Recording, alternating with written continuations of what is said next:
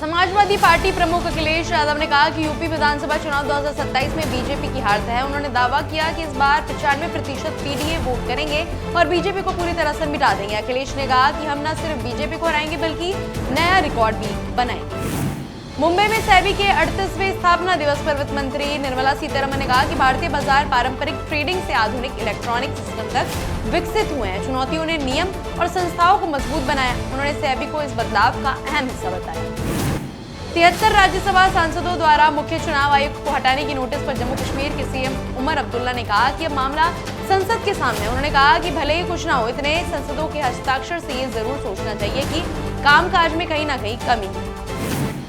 महाराष्ट्र के मुख्यमंत्री देवेंद्र फडणवीस ने नासिक में गोदावरी टू नर्मदा पुण्य श्लोक अहिल्या देवी जल यात्रा 2026 का शुभारंभ किया। इस मौके पर उनके साथ गिरीश महाजन और राधाकृष्ण बीखे पाटिल भी मौजूद रहे। कार्यक्रम से पहले सभी नेताओं ने त्र्यंबकेश्वर महादेव टेम्पल पहुंचकर पूजा अर्चना की।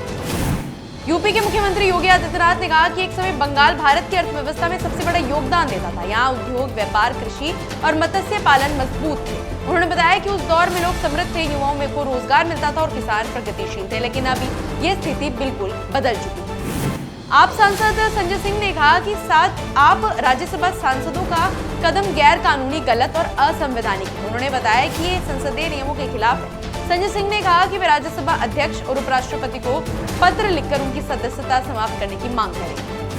झारखंड में भाजपा ने महिला आक्रोश मोर्चा आयोजित किया। इस कार्यक्रम में केंद्रीय मंत्री अन्नपूर्णा देवी, संजय सेठ, पूर्व मुख्यमंत्री बाबूलाल मरांडी, गीता कोड़ा और अन्य नेता मौजूद रहे। सभा ने महिला आरक्षण बिल के मुद्दे पर जोरदार विरोध प्रदर्शन किया।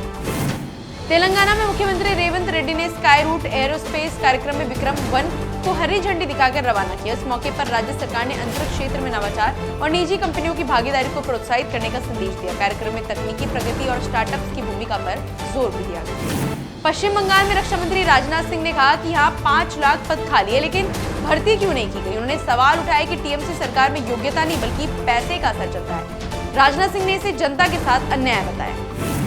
कर्नाटका में रेल मंत्री अश्विनी वैष्णव ने कहा कि बेंगलुरु सब अर्बन परियोजना की प्रगति बहुत अच्छी है। उन्होंने बताया कि लंबे समय तक आग्रह के बाद राज्य सरकार ने तकनीकी एक्सपर्ट से लक्ष्मण को प्रबंध निदेशक नियुक्त किया है।